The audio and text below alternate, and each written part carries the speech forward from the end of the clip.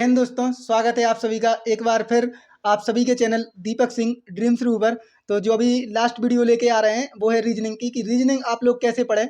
सबसे मैंने पवन भाई अपने साथ अभी हर वीडियो में है, क्योंकि इनका एसएसएफ में सिलेक्शन हुआ है। तो आप नंबर समझ सकते हैं कि जैसे 25 आउट ऑफ 25 मैथ में थे, और जी के जीएस में कितने थे? जीके जीएस में हमारे 17 17 हाँ 17 जी के जीएस में थे। उसके बाद हिंदी में इन्होंने बता दिया था 22 नंबर थे। और अब बात रही है रीजनिंग की, तो हाँ। रीजनिंग में कितने नंबर थे? रीजनिंग में हमारे 25 किए थे, 24 सही थे, एक गलत हो गया था हमारा। और हमारे थे 23 पॉइंट कुछ नंबर रीजनिंग में। हमें मतलब रीजनिंग भी हमारी अच्छी खासी थी। तो अपन स्टार्ट पहले ये बताएं, आपने रीजनिंग की जो स्ट्रेटजी थी, पढ़ाई कैसे की, उसको टाइम टेबल कैसे क्या बनाया, पढ़ते कैसे थे? टाइम टेबल इस प्रकार से, रीजनिंग थी, एक लॉजिक है रीजनिंग, मतलब लॉजिक आपको आते हैं तो रीजनिंग आराम से कर सकते। रीजनिंग जैसे हमने एक किताब है पी बहादुर वाली किताब है, उससे पढ़ी, उसमें टाइप बाय टाइप है रीजनिंग की, वो पढ़ी, उसको प्रैक्टिस की बार बार। रीजनिंग मांगती है प्रैक्टिस। आप जितने ज्यादा सवाल लगाओ, तर्क लगाना है, आप जितने ज्यादा तर्क सीखोगे उतने ही जल्दी सॉल्व होने लगेंगे सवाल। तो तर्क जरूरी है, तर्क तो पूरी रीजनिंग तर्क पर ही आधारित है। तो कुछ ही सवाल जैसे कैलेंडर का है, जैसे कुछ चैप्टर है, कैलेंडर है, इसके बाद घड़ी है, तो ये 2-3 चैप्टर हैं, उसमें सूत्र लगेंगे और आती नहीं है जीडी में। आती नहीं है, ये कैलेंडर वो आता है, कैलेंडर आता है केवल। हाँ, कभी एक आध क्वेश्चन आता है किसी किसी सेट में। हाँ, तो ये है जो सूत्र पर लगेंगे, उस पूरे ऑल टोटल जितने भी चैप्टर है सब में तर्क लगेगा। तो तर्क आपको सीखना है, और तर्क आप इतने जल्दी सीख सकते हैं। रीजनिंग इंटरेस्टिंग सब्जेक्ट है, हमेशा सब्जेक्ट है, और कुछ में आपको इंटरेस्ट बैठेगा चाहे नहीं बैठेगा, लेकिन रीजनिंग में आपको इंटरेस्ट बैठ जाएगा, रीजनिंग करनी है हमें। और इतना स्कोरिंग सब्जेक्ट है कि आप मान नहीं सकते कि आप अगर किसी भी अगर जो टेस्ट सेट लगा रहे हैं उसमें अगर रीजनिंग में आप एक बार नंबर गेन कर गए ना, तो बहुत इंटरेस्ट आता है उसको।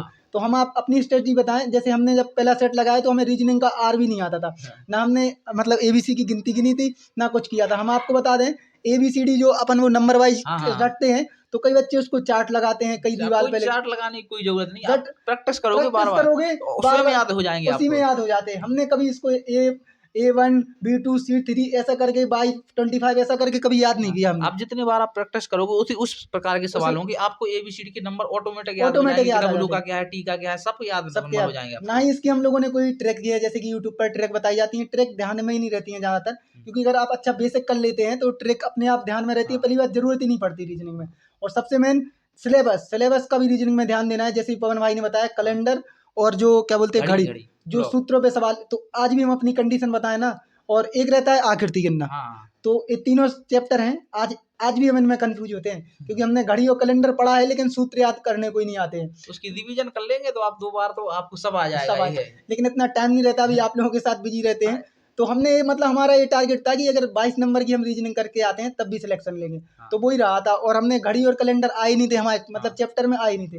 कुछ शिफ्टों में नहीं आते, लेकिन अधिकतम शिफ्टों में आते हैं। मतलब कैलेंडर तो आता नहीं है, कैलेंडर आ जाता है, घड़ी नहीं आती, घड़ी नहीं आती है।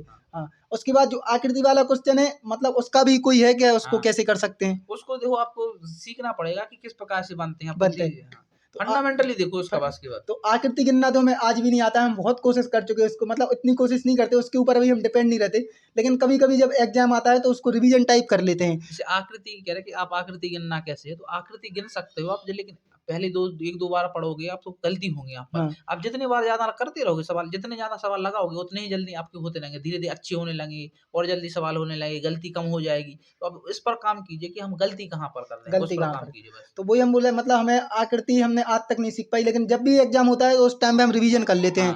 तो थोड़े बहुत जो अपने लिए क्वेश्चन आते हैं तो वो अपन कर भी सकते हैं उस क्वेश्चन को। और रीजनिंग का है जो मतलब टॉपिक उसके बहुत मतलब जो है बहुत मतलब कम ही टॉपिक है। बहुत कम टॉपिक है। अभी तो जैसे आप 20 दिन में तैयारी कर सकते हैं रीजनिंग की, 20 दिन में 20 ही क्वेश्चन सही हो जाएंगे, कर सकते हैं आप, करो तो। क्योंकि जो है रीजनिंग अभी, और जैसी यूपी पुलिस में रीजनिंग आती है वैसी रीजनिंग इसमें नहीं आती, बहुत सरल आती है। जैसे कि, और हाँ, सबसे मेन जो बच्चों को अभी डाउट होता है कौन से क्वेश्चन में, जो नंबर वाले क्वेश्चन नहीं आते, वो सीरीज वाले आते हैं, तो उसमें बच्चों को ज्यादा डाउट हो जाता है। तो उसको कैसे क्या क्लियर करें? उसको क्लियर करने के लिए आपको तो टाइप पढ़ना पड़ेगा कि आप किस प्रकार की टाइप आती हैं। तो वही बताया कि पी बहादुर की किताब है राइटर की, तो उसमें टाइप लिखे कि इस प्रकार की टाइप की श्रेणी बन सकती है आपकी, उस प्रकार की सीरीज बन सकती है। आप सीरीज देख लो, इस प्रकार की सीरीज बन सकती है, इससे अधिक नहीं बनेंगी। तो आप आराम से कर सकते हैं सवाल, पहचान भी सकते हैं कि इस टाइप की सीरीज है।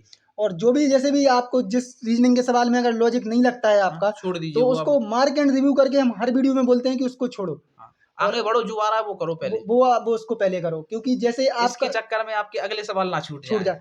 जितना आपका दिमाग फ्रेश रहेगा उतना हम आपको बताएं ना, सबसे पहले हम टेस्ट लगाते हैं तो आप कौन सा सब्जेक्ट करते हैं टेस्ट तो में? हमारा तो ऐसे है कि हम कोई भी कर लें, लेकिन हम राय देंगे तो आपको सबसे पहले हिंदी देंगे, जो आपको अच्छी आती है वो सब्जेक्ट की। जैसे आप हिंदी कर सकते हैं अच्छे से अच्छा, जी की छोड़ दी, हिंदी कर सकते हैं, रीजनिंग कर सकते हैं। अब इसके बाद मैथ उठा लीजिए, लेकिन मैथ उठा रहे तो मैथ में ऐसे सवाल कीजिए जो आ रहे वो छोड़ दो, टेंशन ना लो, आप छोड़ दो। अगर वो नहीं आ रहा छोड़ दो, आप करने के बाद अगर तुरंत सवाल देखोगे, पूरा पेपर करने के बाद आप तुरंत वही सवाल देखोगे, तुरंत आ जाएंगे आपको सवाल, क्योंकि जब आप प्रेशर में थे, जब कर रहे थे, जब आपका पूरा पेपर हो जाएगा, छोड़े हैं सवाल, वो आप करोगे तो नॉर्मली आपके पूरे सवाल हो जाएंगे, देखते ही आ जाएंगे आपको। और हमारा जो आज तक का हम आपके लिए एक्सपीरियंस बताएं, हमने कोई भी टेस्ट लगाया है तो सबसे पहले, चाहे वो यूपी पुलिस का लगाते हो, चाहे एसएससी जीडी का, कहीं भी, तो सबसे पहले हम रीजनिंग ही करते हैं। हाँ, क्योंकि हमें इंटरेस्टिंग चैप्टर है, इंटरेस्टिंग चैप्टर है और दिमाग अच्छा खासा प्रेस कर देता है हमारा टेस्ट में, तो हम कॉन्फिडेंस हो जाता है कि हमारा सही जा रहा है पेपर। बस इसलिए कह रही जिसको जो अच्छा सब्जेक्ट लगता हो, अच्छा हो आपका, वही पहले लगाइए आप, जिससे आपको अच्छा फील होने लगे कि हमारा पेपर सही जाएगा, कॉन्फिडेंस बढ़ जाए आपका, प्रेशर ना हो आपके माइंड पर। और कौन से जो चैप्टर आपको लगते हैं कि रीजनिंग में बच्चे कंफ्यूज हो सकते हैं? कंफ्यूज तो देखो यही है, जैसे कंफ्यूज होने के लिए 2 ही 3 चैप्टर है। पहली परीक्षण आता है, क्रम व्यवस्था आता है, इसमें थोड़े-थोड़े आप टाइम टेकिंग सवाल आते हैं, आप इसमें हो सकते हैं, मतलब परेशान हो सकते हैं, तो इसको प्रैक्टिस कीजिए आप कि कितने प्रकार के सवाल आ सकते हैं, क्या-क्या सवाल है, आप जल्दी करने की कोशिश कीजिए। और इसमें आपको स्टैटिक जीके भी थोड़ी बहुत मजबूत करनी पड़ेगी रीजनिंग में, जैसे एनालॉजी है, सादस्ता है, उसमें स्टैटिक जी से सवाल बन जाते हैं। स्टैटिक जी की नहीं आएगी तो वो सवाल नहीं बनेंगे आपके, कुछ सवाल ऐसे आते हैं। और हम आपको बताएं, जैसे हम कई गाँव में जाते हैं, बच्चों से मिलते हैं, तो बच्चे जो अब हम समझ नहीं सकते, देखो कंपटीशन में, और आपकी जो 12th, चाहे आप बीएससी से करी हो, चाहे आपने किसी चीज से करी हो, उसमें जमीन आसमान का अंतर है, बहुत अंतर होता है उसमें तो थोड़ा उनको ओवर कॉन्फिडेंस हो जाता है कि हमने कुछ बच्चों को देखा है, जैसे वो बीएससी मैथ्स से कर लेते हैं, तो वो कंपटीशन में कोचिंग करने जाते हैं, तो वो पढ़ा देंगे भिन्न, तो ये तो क्या पढ़ा रहे हैं हमें, तो वो समझते नहीं उस बात को कि आपको यही नहीं आएगा अभी पेपर में, यहाँ पर आप तो कह रहे हैं, लेकिन पेपर में नहीं आएगा, आपको पढ़ना ही पड़ेगा, वो अलग सिलेबस है, अलग सब कुछ है उसका, हमेशा कंपटीशन। तो वही हम बोले, मतलब थोड़ा उनका दिमाग में मतलब रोटेशन टाइप का बैठ जाता, अरे हम मैथ वाले हैं और हम ये वाला सवाल करेंगे, इतने घटिया सवाल पढ़ेंगे, हमने तो 9 में पढ़े थे सवाल। और उनका सोचने का, और जो रीजनिंग है ना, रीजनिंग आपके हिसाब से नहीं सोची जाती है, जैसा एग्जामिनर ने सोचेगा वही सवाल सही होगा। अगर उसने बोल दिया आम इमली है, तो फिर वो इमली ही मानना पड़ेगा।